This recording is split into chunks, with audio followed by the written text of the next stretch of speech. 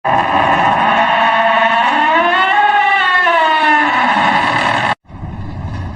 Welcome. Miss.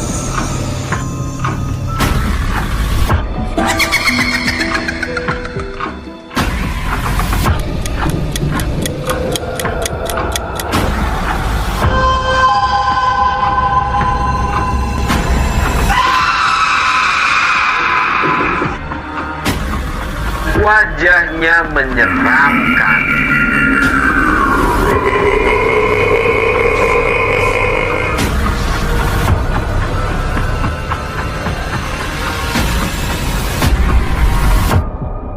Misteri.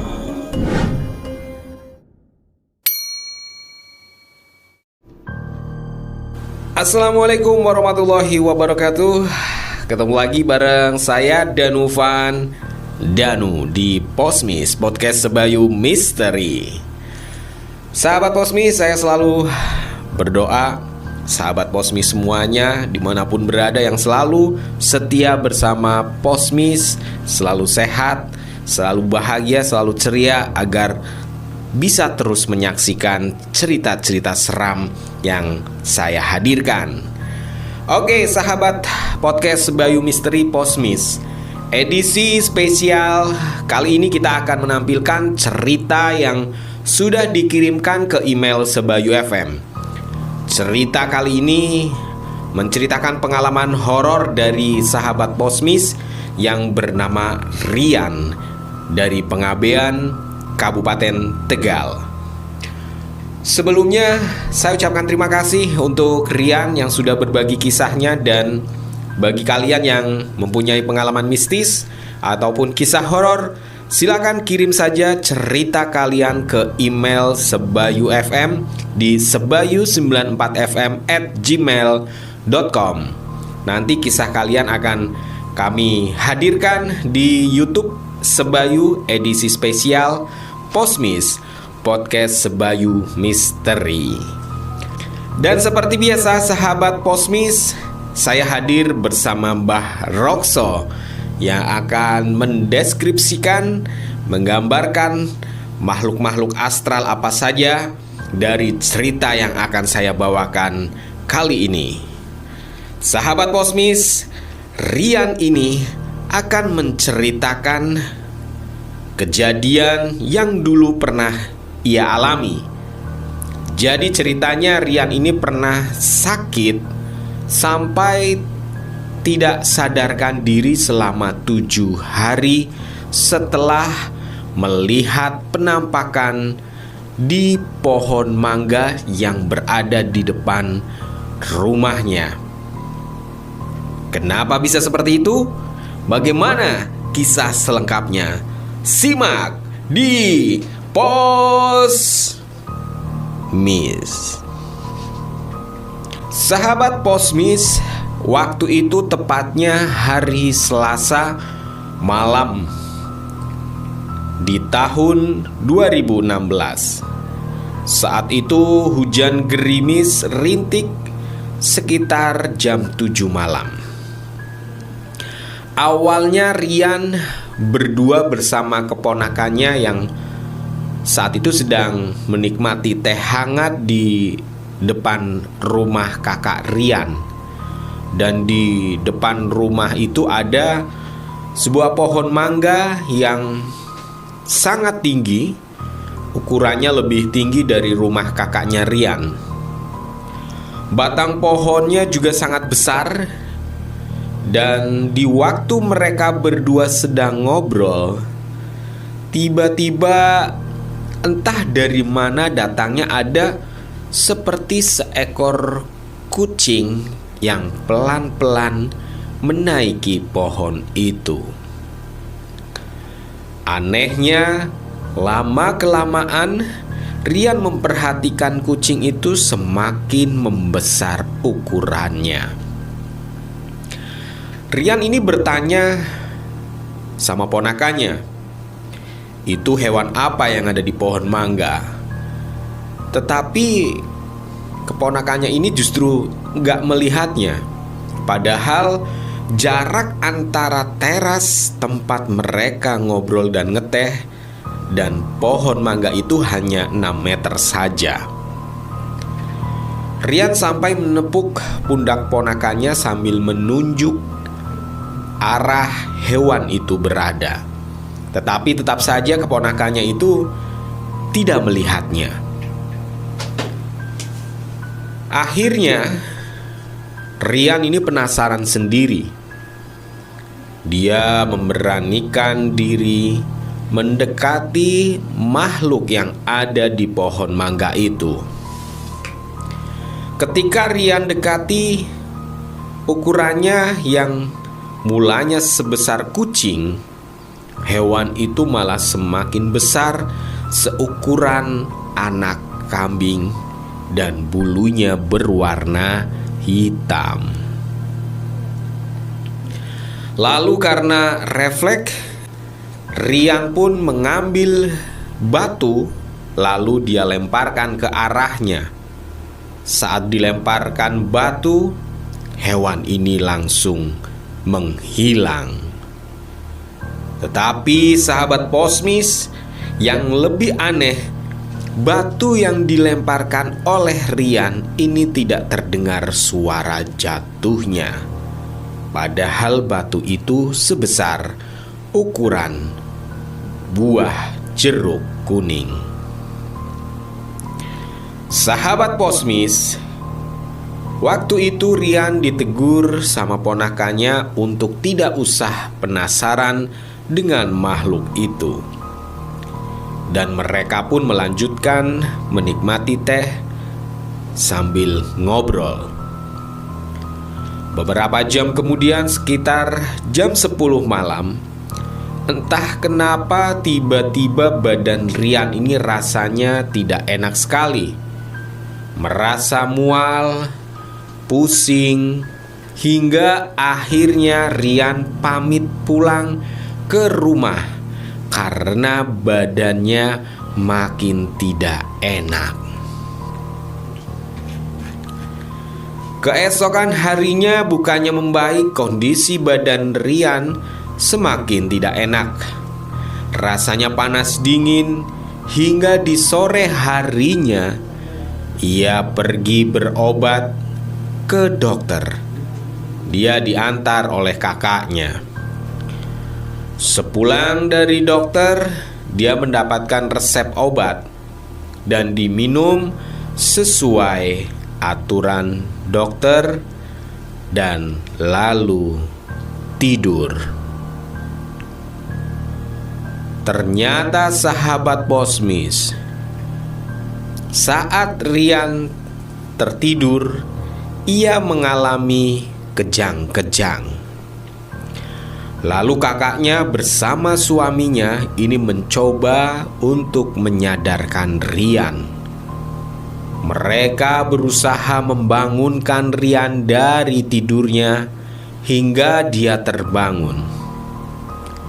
Di waktu terbangun, Rian justru heran mengapa kakak dan suaminya ini ada di samping tempat tidurnya. Setelah dijelaskan bahwa Rian ini kejang-kejang saat tidur, tetapi karena saat itu Rian sedang tidur, jadi dia tidak menyadari kalau dia kejang-kejang.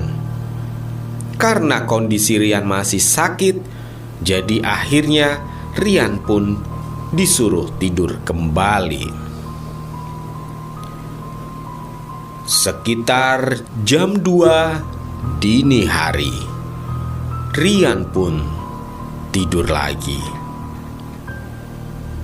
Sahabat Posmis, tetapi di jam setengah 4 pagi, Rian kembali kejang-kejang lagi dan dipergoki oleh kakaknya. Bahkan lebih parahnya, Rian kejang sambil berteriak-teriak. Sampai tetangga pun berdatangan karena suara teriakan Rian yang sangat keras.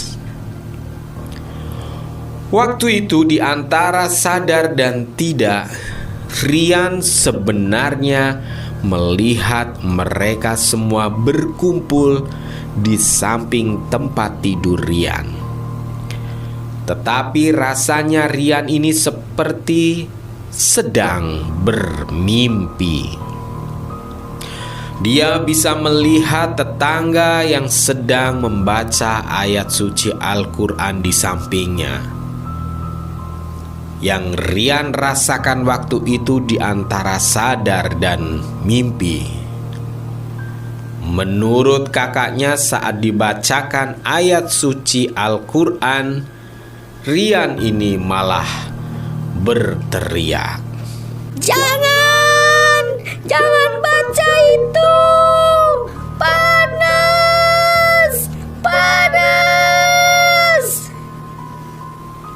Itu yang orang-orang lihat yang terjadi pada Rian. Tetapi kalau yang Rian rasakan, ia di antara mimpi dan sadar. Jadi Rian melihat mereka berkumpul, tapi dia merasa sedang tidur dan bermimpi. Akhirnya, karena merasa khawatir dengan keadaan Rian, bapak dan kakaknya Rian ini memutuskan untuk membawa Rian ke rumah sakit. Di rumah sakit, Rian tidak sadarkan diri selama 7 hari. Usai 7 hari, barulah Rian mulai sadar. Namun ada yang beda pada Rian. Waktu itu dia tidak dapat mengenali siapapun, termasuk keluarganya. Sahabat Posmis, selama Rian dirawat di rumah sakit, setiap menjelang maghrib, ketika Rian mau makan dan minum obat, penyakit kejangnya pasti kambuh. Dan itu terjadi di setiap menjelang maghrib. Sekitar 3 minggu Rian dirawat, tidak ada perubahan dari diri Rian. Akhirnya kakak tertua Rian mencoba mencari pengobatan di luar medis. Dan dari situlah kondisi Rian mulai bisa membaik. Meskipun begitu, Rian tetap menjalankan pengobatan medis dan non-medis untuk memulihkan ingatannya. Pengobatan Rian ini berjalan selama 3 tahun lamanya, hanya untuk mengembalikan memori ingatan. Sewaktu ingatannya belum sembuh total, Rian ini melihat banyak hal, entah itu manusia asli, entah itu bukan. Yang dia lihat diantaranya bagaimana bisa manusia menembus tembok dinding. Rian melihatnya sewaktu memori pikirannya masih kacau, tidak dapat membedakan apapun. Sahabat Posmis, itulah kisah yang Rian alami sendiri tanpa rekayasa. Apa yang terjadi dengan Rian? Saya akan menanyakan langsung dengan Mbah Rokso.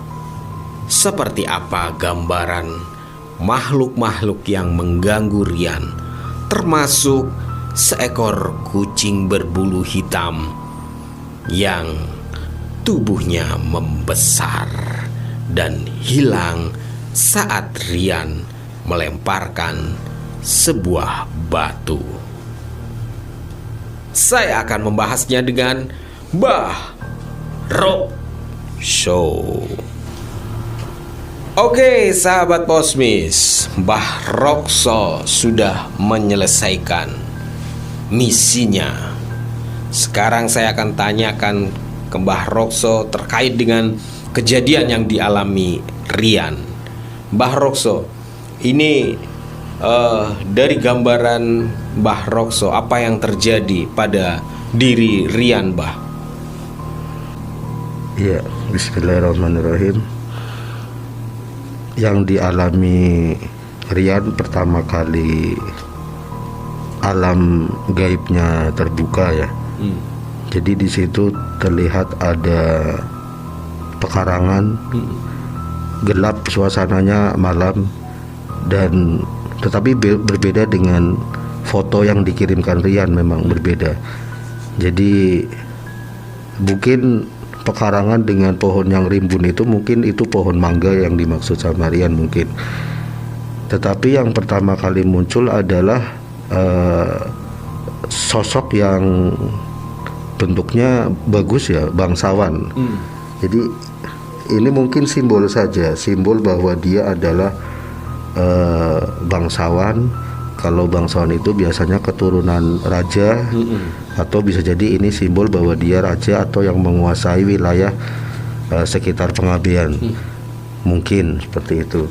Karena dilihat dari pakaian yang dikenakan memang seperti pakaian raja-raja zaman dahulu ya. Zaman dahulu, dan dia posisinya menghadapnya ke arah berarti sebelah kiri, ke arah kiri ya. Ke arah kiri. Jadi saya hanya bisa terlihat dari sisi sampingnya saja. Dan ini memang dia tidak memberikan isyarat apapun selain badannya yang hanya berdiri diam dan seolah dia hendak menunjukkan sesuatu. Kemudian setelah sosok ini muncul, tiba-tiba ini sosok yang pertama kali muncul. Kemudian setelah itu sosok yang berikutnya muncul adalah sosok yang terlihat dari belakang. Ini adalah sosok yang kedua. Besar. Ukurannya besar, badannya besar, tetapi belakangnya kayak apa sih? Kayak ada benjolan-benjolan ya di belakangnya ya. Itu penyakit atau apa saya juga kurang tahu. Tapi tidak rata, di belakangnya benjol-benjol. Bungkuk bukan bungkuk. Kalau bungkuk kan cuma satu ya. Ini banyak. Iya banyak. Jadi kayak benjolan-benjolan, dan warna pakaiannya itu merah ya, merah. Berarti ini mungkin simbol bahwa jin ini jin yang penuh amarah, penuh kemarahan begitu. Dan biasanya orang yang ketempelan atau didekati sama jin ini, kalau dia imannya lemah biasanya langsung panas, demam begitu. Demamnya bisa sampai 3 hari, bisa. Kalau dia ditangani dengan cepat mungkin 1 hari selesai atau berapa menit selesai begitu. Tapi kalau ditanganinya kurang ahli, jadi bisa lama, tergantung dari kekuatan energinya. Ini warnanya merah tapi tidak menyala ya, hanya merah saja. Merah. Itu membelakangi sosoknya. Sosoknya membelakangi, jadi tidak mau menampakkan dirinya, mungkin malu atau mungkin merahasiakan jati dirinya atau apa, saya kurang tahu ya, walau alam. Tetapi di lehernya ini kayak ada tali yang mengikat dia ke atas begitu, ke atas pohon. Saya juga nggak tahu itu isyarat apa. Mungkinkah ini adalah makhluk yang suka bergelantungan di pohon begitu, atau memang dia karakternya suka menggelantung di pohon. Saya juga kurang tahu. Karena posisi makhluk ini sebetulnya dia yang menghadap ke Rian. Itu sebetulnya. Posisi makhluk itu di pohon itu, Mbak? Di pohon mangga itu. Berarti akan tergantung ya? Iya, tergantung, dan makhluk ini yang langsung berhadap-hadapan dengan Rian. Makhluk yang ini, yang tinggi besar, tetapi rambutnya tidak panjang ya. Nah, kalau manusia itu berarti kribo, rambutnya kribo, tapi besar. Besar ya, kribo besar begitu. Mengembang ya. Mengembang ya, dari belakang mengembang, dan badannya ini belakangnya rusak ya. Kalau dilihat ini seperti kayak ulat belatung. Ulat belatung tapi berkepala manusia, mungkin seperti itu, karena badannya kayak belatung-belatung begitu. Bergelombang ya. Dan ini yang heran, dia kayak ada talinya ke atas. Saya juga nggak tahu itu tali atau itu senjatanya dia atau bagaimana. Yang jelas dia suka bergelantung di pohon.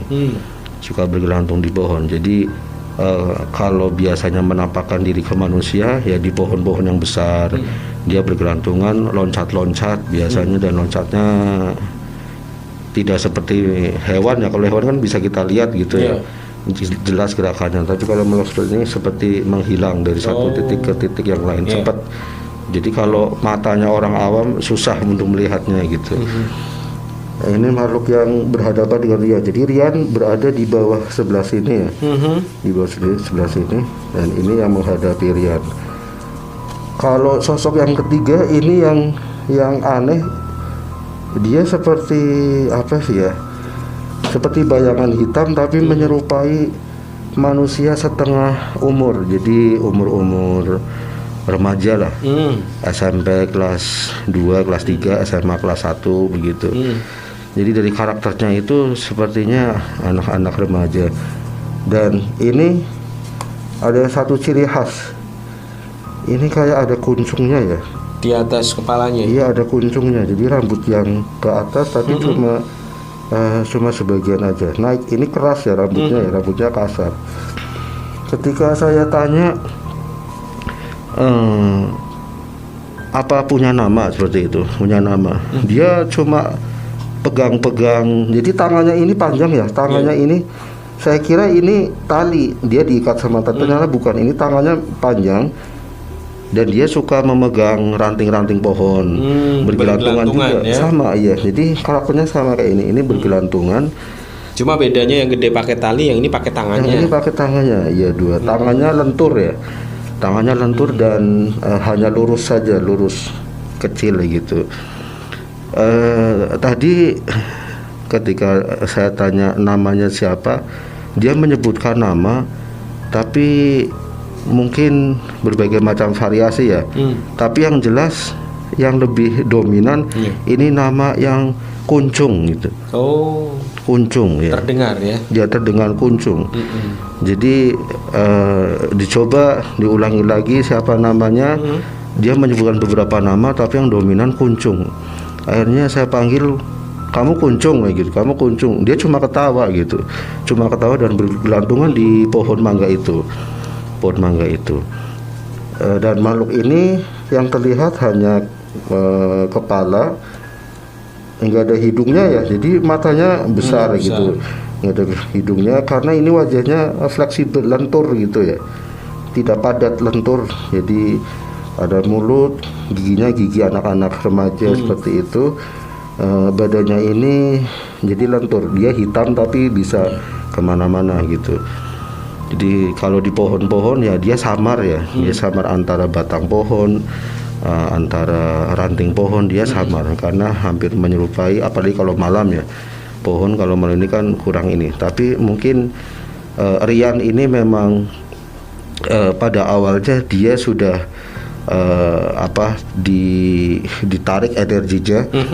ditarik energinya oleh hurofatnya si kucing tadi. Jadi ketika si kucing ini mengeluarkan aroma mistis gitu istilahnya ya, aroma mistis, Rian ngerasa ada yang janggal dengan kucing itu, dia udah terpancing energinya. Ketika dia sudah terpancing energinya, kucing itu sudah mulai memasuki Rian, akhirnya dia matanya udah bukan matanya Rian lagi, tapi matanya sudah mata-mata yang dikuasai sama jin itu gitu.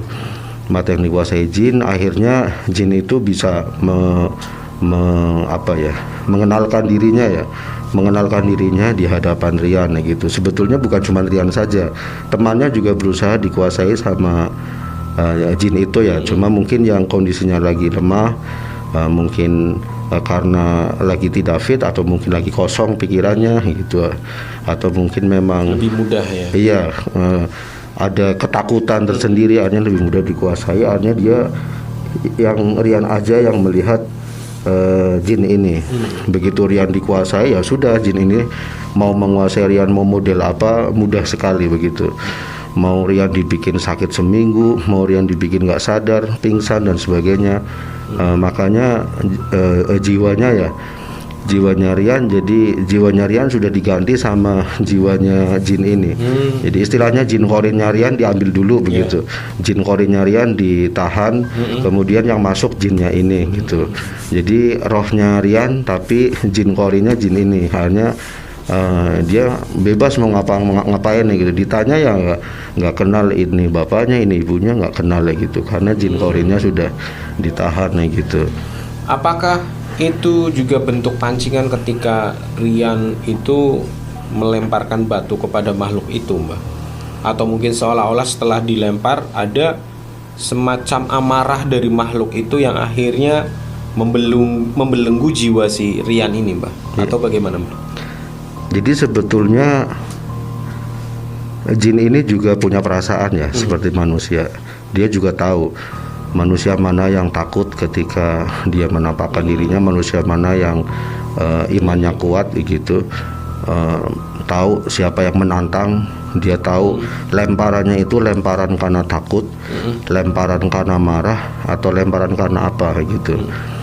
Kalau Rian ini melempar makhluk itu karena dia menantang begitu ya, dia menantang, sebetulnya takut tetapi diberani-beraniin menantang gitu.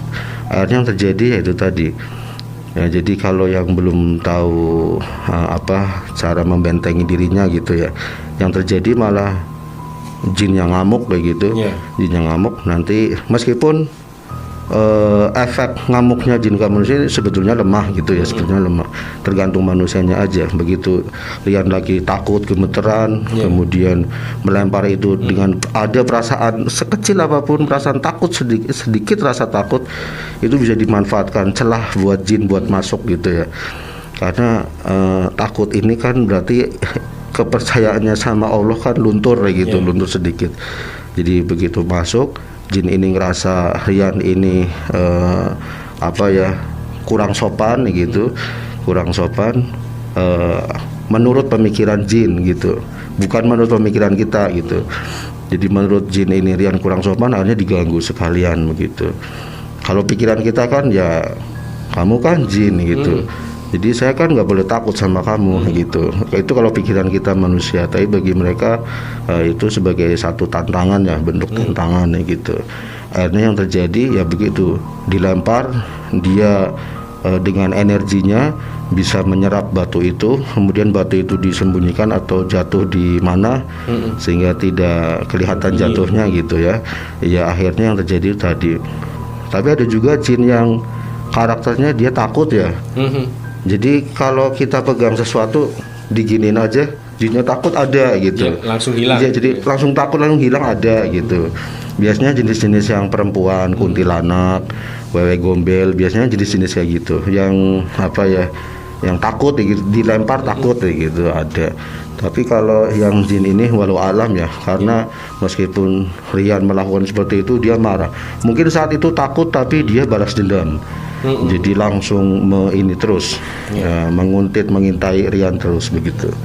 Tapi dari ketiga sosok ini ada yang tadi istilahnya penjelmaan dari si kucing tadi. Walau alam ya. Jadi kalau kucing ini memang bisa jadi ini sebagai bentuk penjelmaan atau ilmu dari si makhluk gaib ini.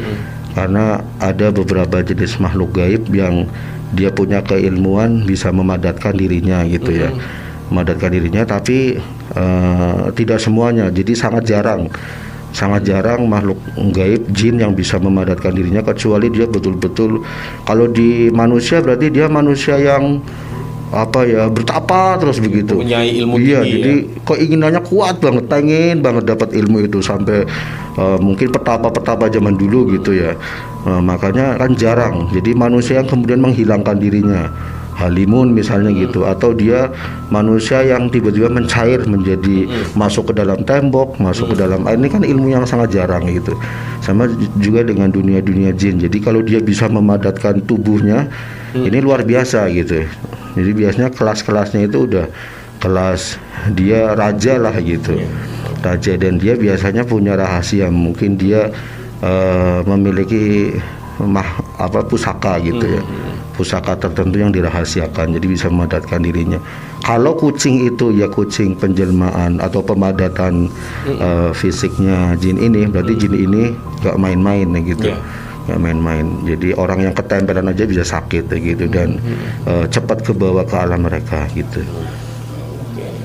Ya, sahabat Posmis, itu dia penjelasan dari Mbah Rokso terkait sosok-sosok apa saja yang berada di halaman atau di sekitar atau di pohon mangga yang Rian maksud. Ada orang yang bilang begini, maaf saya potong ya, dia pesannya begini: bentengi diri kamu dari makhluk Allah, jin. Minta hasbunallah, jadi perlindungan kepada Allah ya.